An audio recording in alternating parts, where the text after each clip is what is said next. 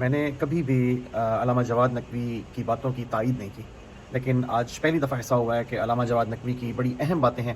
ایک دفعہ ضرور سنیں، ایک دفعہ سن لیں، آپ کو تمام یہاں کا منظرنامہ سمجھ آ جائے گا، اور یہ بہت ضروری بھی ہے۔ یہ لیں۔ ذمہ داری کے ساتھ میں کہہ رہا ہوں کہ پاکستان کو شدید خطرہ ہے۔ ایران سے زیادہ شدید خطرات پاکستان کی طرف ہیں۔ پاکستان نشانہ ہے، 100% نشانہ ہے۔ The intelligence community assesses that Russia, China, North Korea, Iran, and Pakistan have been researching and developing an array of novel, advanced or traditional missile delivery systems with nuclear and conventional payloads that put our homeland within range.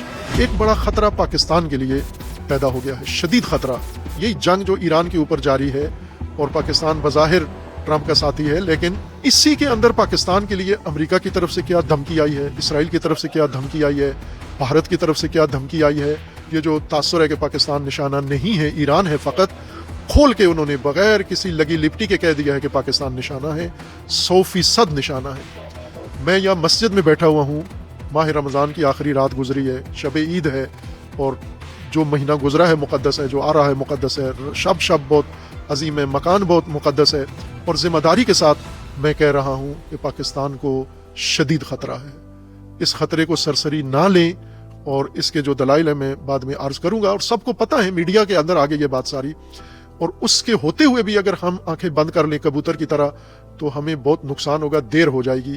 Iran نے اپنے آپ کو بچا لیا ہے، لیکن جو پاکستان کے لیے تدارک کیا جا رہا ہے، سوچا جا رہا ہے، وہ بہت خطرناک ہوگا، چونکہ پاکستان کے ہمسائے 4 میں سے 2 دشمنی پر اترے ہوئے ہیں، اور بڑی سرحدیں پاکستان کی ان 2 کے ساتھ ہیں، ہندوستان اور افغانستان۔ ایک سرحد پر ایران ہے، اور پاکستان کی پالیسی موجودہ یہ ایران کے لیے بھی قابل قبول نہیں ہے۔ صرف ایک ہمسایہ رہ جاتا ہے، چائنا، جس کے ساتھ چھوٹا سا ایک کوریڈور ہمارا ملتا ہے، اور اس کوریڈور کو بھی خطرہ بھارت سے ہے، اور خصوصاً گلگت بلتستان کے جو حالات بن رہے ہیں اس میں اس کوریڈور کو بھی خطرہ ہے۔ اس لیے پاکستان کے لیے بڑی مشکل پیدا ہو جائے گی۔ ایٹمی طاقت ہے، لیکن جو سیاسی قیادت موجود ہے انہیں سنجیدگی اختیار کرنی ہوگی۔ آپ سعودی عرب کی طرف زیادہ توجہ ہے یا باقی خطوں کی طرف توجہ ہے، میرے خیال میں پاکستانیوں کو پاکستان پہلی ترجیح پر رکھنا چاہیے۔ پاکستانی فوج کو، پاکستانی حکومت کو، پاکستانی قیادت کو، پاکستانی سیاست کو، پاکستانی مذہبی طبقات کو پاکستان کو ترجیح کے اوپر رکھنا چاہیے، چونکہ ایران سے زیادہ شدید خطرات پاکستان کی طرف ہیں۔ اسرائیل، امریکہ دونوں پاکستان کے دشمن ہیں، اور ایران کی خصوصیت یہ ہے کہ بھارت اسرائیل کا حامی ہے، اسرائیل کے ساتھ کھڑا ہوا ہے۔ طالبان خاموش ہیں، وہ ایران کے ساتھ بھی نہیں ہیں، ایران کے خلاف بھی نہیں ہیں۔ لیکن جب پاکستان کی باری آئے گی تو امریکہ اسرائیل تو ہوں گے ہی ہوں گے، لیکن بھارت اور افغانستان بھی ساتھ شامل ہو جائیں گے۔ اس وجہ سے یہاں بڑی مشکل پیش آئے گی، اور یہ ذہن میں ہمیں رکھنی چاہیے، سنجیدگی اختیار کرنی چاہیے۔ غیر سنجیدگی نے پاکستان کو بہت نقصان پہنچایا ہے، یہاں تک مرحلے تک پہنچایا ہے۔ دہشت گردی پہلے ہی پاکستان کے اندر پھیل رہی ہے، اور فرقہ واریت کا آگ پہلے ہی بھڑکی ہوئی ہے۔ ایسے میں ہمیں غیر سنجیدہ سیاست کی گنجائش نہیں ہے۔ بہت ہی سنجیدگی کے ساتھ پاکستان کے مفاد کو ترجیح پہ رکھیں۔ ہم نہیں کر سکتے، ہم نے ثابت کر دیا ہے پاکستان کے کہ ہم غزہ کے لیے، فلسطین کے لیے، ایران کے لیے، کسی کے لیے کوئی مددگار نہیں ثابت ہو سکتے۔ مجبوریاں ہیں ہماری، لیکن پاکستان کے لیے اپنے آپ کو مجبور نہ بناؤ۔ پاکستان کے حوالے سے اپنی مجبوریاں ساری ختم کرو، اور پاکستان کے لیے آپس میں مل بیٹھو، سنجیدگی اختیار کرو۔ خطرناک عزائم پاکستان کے لیے، جس طرح علامہ نے کہا تھا کہ وطن کی فکر کر ناداں، مصیبت آنے والی ہے۔